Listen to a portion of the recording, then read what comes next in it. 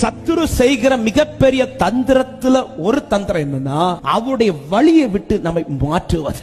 யாருக்கு கர்த்தர் அனுமதித்த பாதையில நிக்க முடியும்னா, இது கர்த்தர் அனுமதித்ததுதான் என்பதை அறிந்தவனுக்கு மட்டும்தான் நிக்க முடியும். யோபு வழியில மாறல, கர்த்தர் அனுமதித்ததை ஏற்றுக்கொண்டது மட்டுமல்ல, 42வது அதிகாரத்துல அவனுடையதை ரெட்டிப்பாய் கர்த்தர் மாற்றுகிற நேரம் வரையிலும் அந்த பாதையில உறுதியா நின்று கொண்டிருக்கிறார்.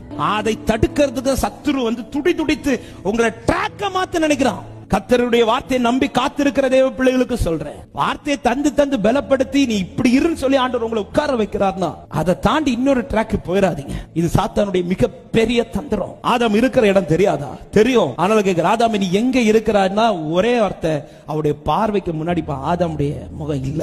எனவேதான் சொல்றேன், வழி மாறுறேன்னா அவரால் என்ன பார்க்க முடியாது. என்னைய ஆண்டவர் பார்த்து என் காரியத்தை பார்க்கணும்னா நான் அவருடைய ட்ராக்ல நிக்க வேண்டியது அவசியம்.